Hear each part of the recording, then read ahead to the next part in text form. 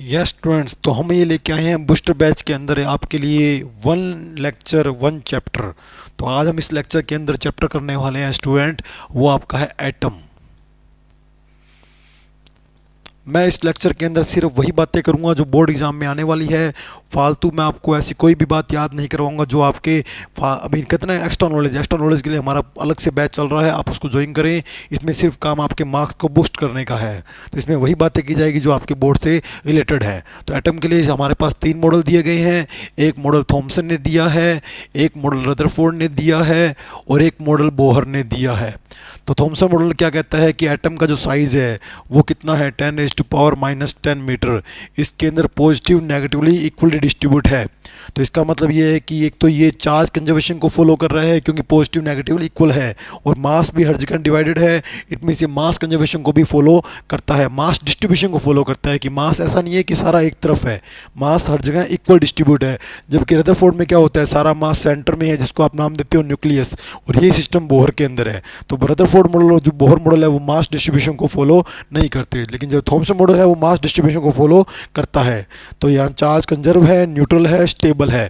Thompson model की achievement की बात करें तो यह स्टेबिलिटी डिफाइन कर रहा है, यह क्या बोलते हैं फोटोइलेक्ट्रिक इफेक्ट डिफाइन कर रहा है, थर्मोडायनेमिक एमिशन डिफाइन कर रहा है। क्या क्या चीज़ ये नहीं कर पा रहा। ड्रॉबैक्स की बात करें स्टूडेंट्स तो अल्फा स्कैटरिंग ये नहीं कर पाया, ये स्पेक्ट्रम ये डिफाइन नहीं कर पाया।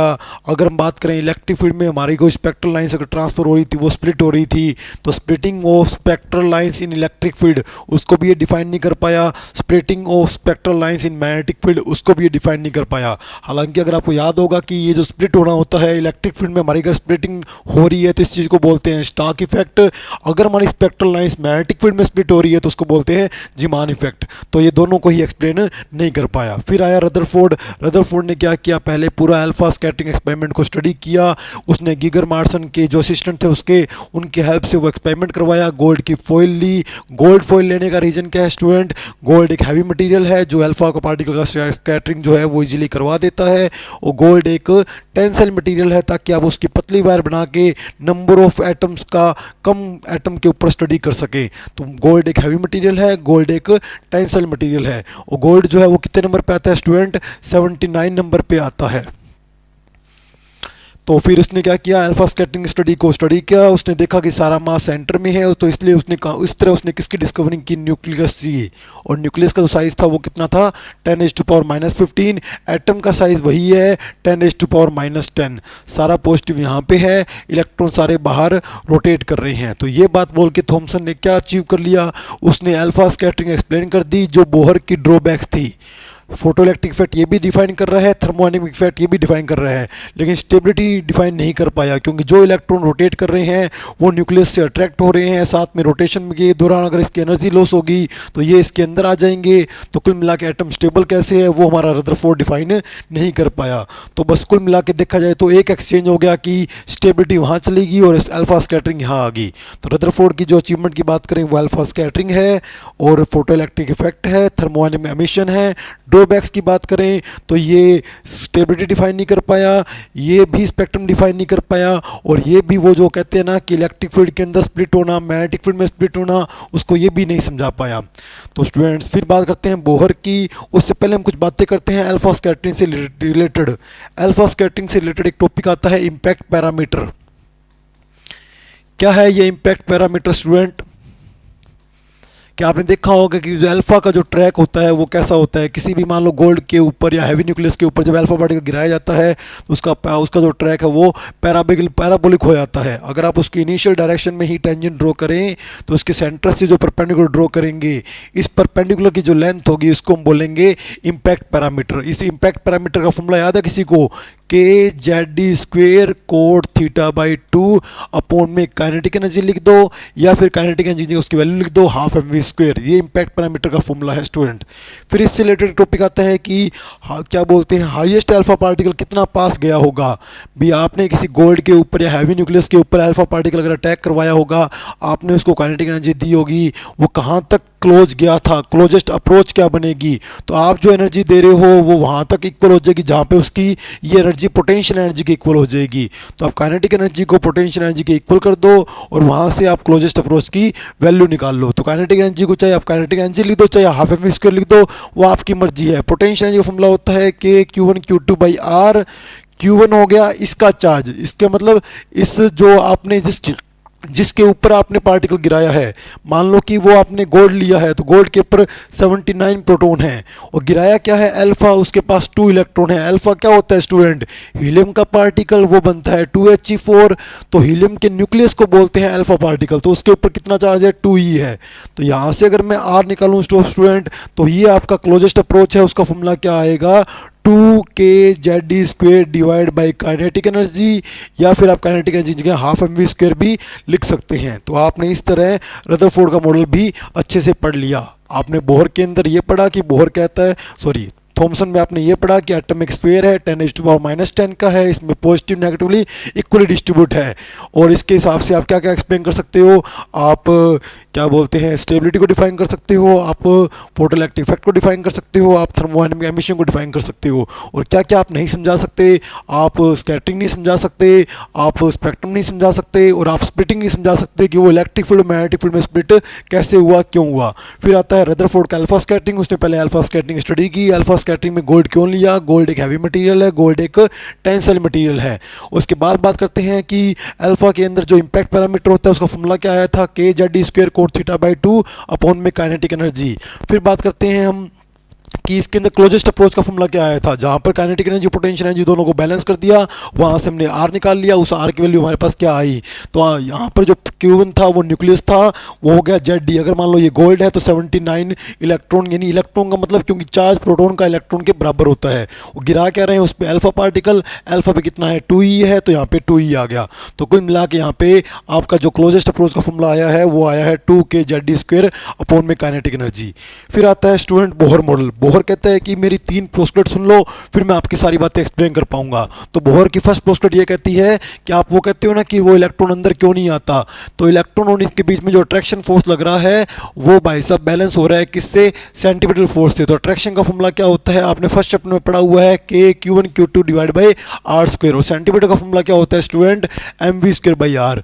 तो यहाँ पर न्यूक्लियस पे जो भी चार्ज होगा वो Zd, इलेक्ट्रॉन पे हो गया E, तो आपका फॉर्मूला बन गया स्टूडेंट kZd²/r² इक्वल mv²/r। हालांकि r से r कट सकता है, लेकिन एक बार मैं नहीं काट रहा ताकि मैं डायरेक्ट दोनों फोर्स को याद कर सकूं कि ये आपका अट्रैक्शन फोर्स हो गया, ये आपका सेंटीमीटर फोर्स हो गया। तो आप इसको डायरेक्ट ही याद करें, kZd² divide by r² equal mv²/r। फिर बात करते हैं हम नेक्स्ट जो पोस्टुलेट थी कि कौन सा इलेक्ट्रॉन किस क्लास में चक्कर लगाएगा, क्योंकि न्यूक्लियस के बाद बहुत सारी क्लासें बनी हुई है, तो कौन सा इलेक्ट्रॉन कहाँ चक्कर लगाएगा ये डिसाइड कौन करेगा, ये डिसाइड करेगा एंगुलर मोमेंटम। एंगुलर मोमेंटम होता है mvr, वो क्या होगा h/2π का मल्टीपल होगा, यानी वो 3 टाइम होगा तो थर्ड क्लास में जाएगा, 4 टाइम होगा तो फोर्थ क्लास में जाएगा। और थर्ड ये है कि जब भी कोई इलेक्ट्रॉन चक्कर लगा रहा होता है किसी क्लास में, पर्टिकुलर क्लास में, ना तो एनर्जी लेगा ना एनर्जी देगा, जब वो क्लास चेंज करेगा एनर्जी लेगा भी एनर्जी देगा भी। जब वो उसको अपर क्लास में जाना होगा तो एनर्जी लेनी पड़ेगी, अब जब लोअर क्लास में जाएगा तो उसके पास एनर्जी एक्स्ट्रा होगी, वो एनर्जी रिलीज कर देगा। वो कितनी एनर्जी रिलीज करेगा, उन दोनों क्लासों के एनर्जी लेवल के डिफरेंस के इक्वल है। तो यहाँ से आपने बोहर की तीनों पोस्टुलेट के फॉर्मूले आपने याद कर लिए होंगे। फर्स्ट है kZd² अपॉन में r² इक्वल mv²/r। सेकंड है mvr is equal nh upon में 2π। थर्ड आपका है del E is equal en2 minus en1। अब इन 3 पोस्टुलेट से हम 5 चीज़ें फाइंड करेंगे, एक तो इलेक्ट्रॉन की रेडियस, एक वेलोसिटी, एक फ्रीक्वेंसी और एक एनर्जी और एक वेवलेंथ। देखते हैं जल्दी से इसी वीडियो से। अगर आपको, मैं फिर कह रहा हूँ, हमें तो काम करना है, वीडियो अपलोड करनी है, आपके पास ऑप्शन है कि आप इसको रोक के, आप इसको आराम से जितना आपसे होता है उतना आप इसको पार्टीशन में देख देख के अपने टॉपिक को रिवाइज कर सकते हो। हम चाहते हैं कि आपका मैक्सिमम टाइम हम कम से कम लें और आपको ज़्यादा से ज़्यादा मैटर हम आपको रिवाइज करवा सकें। ये वीडियो जो भी बच्चा देख रहा है, अगर आप इस वीडियो को 2-3 बार अगर आप देख लेते हैं एग्जाम से पहले, तो आपके माइंड में सारा डाटा हम आपके माइंड में ही रिकॉल करवा देंगे। ओके स्टूडेंट्स, बढ़िया है आप इस कोचिंग से जुड़ पाए। नेक्स्ट बात करते हैं, अब हमारे को करना क्या है। अगर आपको बोहर की पोस्टलेट का यूज़ करके अगर आपको इलेक्ट्रॉन की रेडियस निकालनी है तो स्टूडेंट मैं आपको एक लाइन याद करवा रहा हूँ, जल्दी से वो लाइन याद कर लें कि आप सेकंड पोस्टलेट से वेलोसिटी का फॉर्मूला निकाल के फर्स्ट में रखेंगे। तो आप बोहर की सेकंड पोस्टलेट का फॉर्मूला क्या था, याद करो, m we are is equal N H upon में 2 पाई।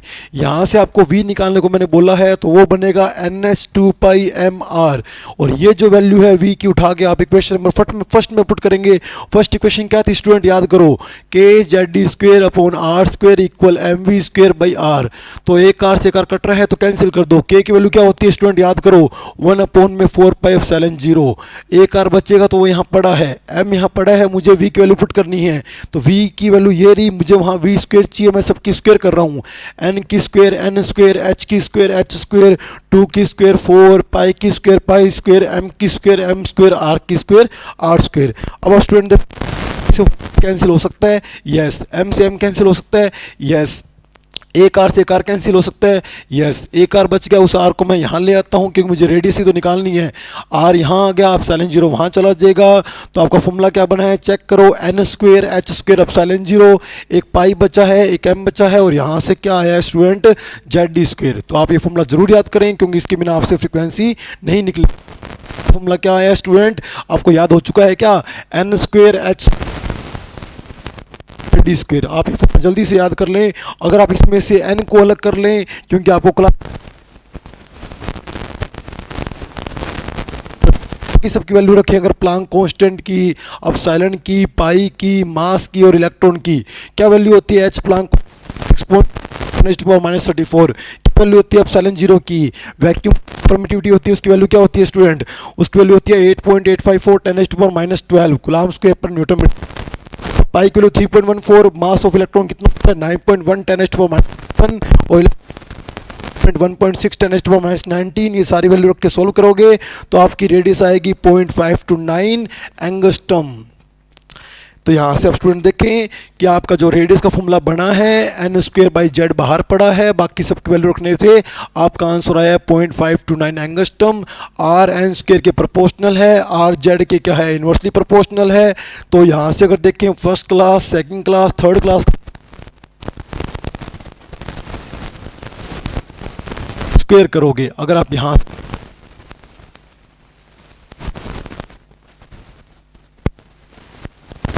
3, अगर मैं इस पूरे को सोल्व करना चाहूँ 6 से मल्टीप्लाई कर देता हूँ तो रेशियो आएगा 6:3:2।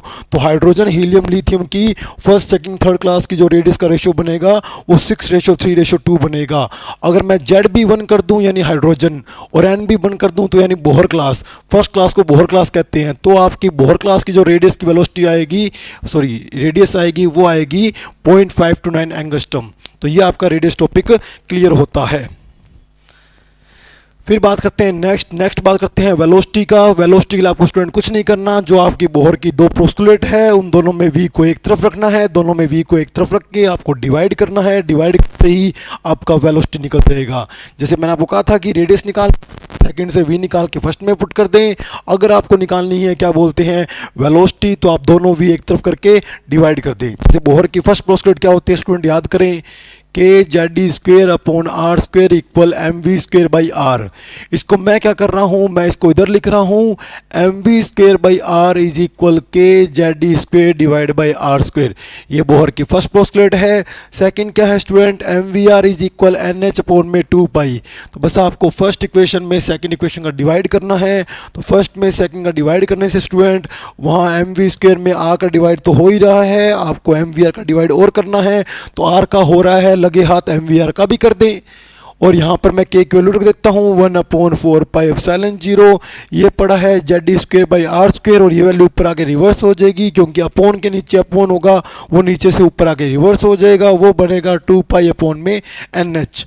तो आपका 2 पाई से 4 पाई कट गया, यहाँ 2 बच गया, m से m कट गया, v से v कट गया, r स्क्वेयर से r स्क्वेयर कट गया, यहाँ v बच गया। और यहाँ क्या बचा है student, Z D square 2 epsilon 0 n H.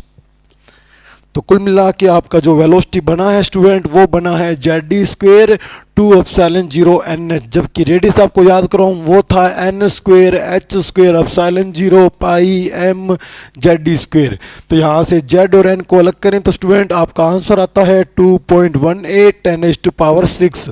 और अगर आप इसको लाइट की स्पीड से रिलेट करना चाहते हो तो स्टूडेंट आपको याद होगा लाइट की स्पीड होती है 3 × 10⁸। इसमें किस डिजिट का मल्टीप्लाई करें, डिवाइड करें कि आंसर आपका ये आ जाए, वो है डिजिट 137।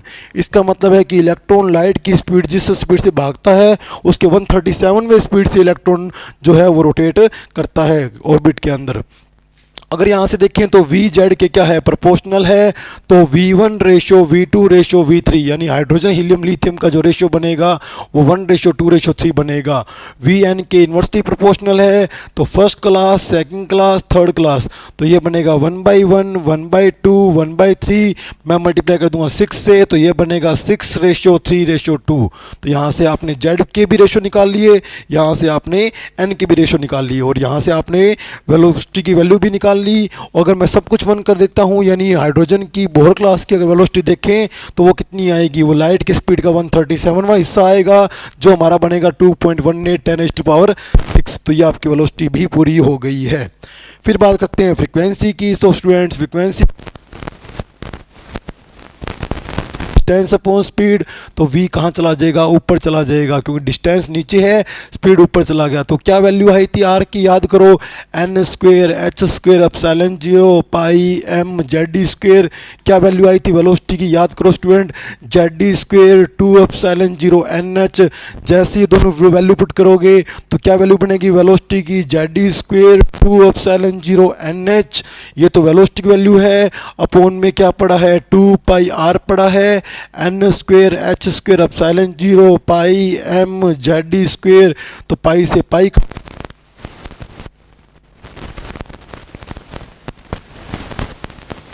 नहीं कट रहा, तो m z 2 है, e 4 हो गए, 2 2 जा 4 हो गया, एप्सिलॉन 0 स्क्वेयर हो गया, n क्यूब हो गया, h क्यूब हो गया। तो ये आपका डायरेक्ट फ्रीक्वेंसी का आ चुका है।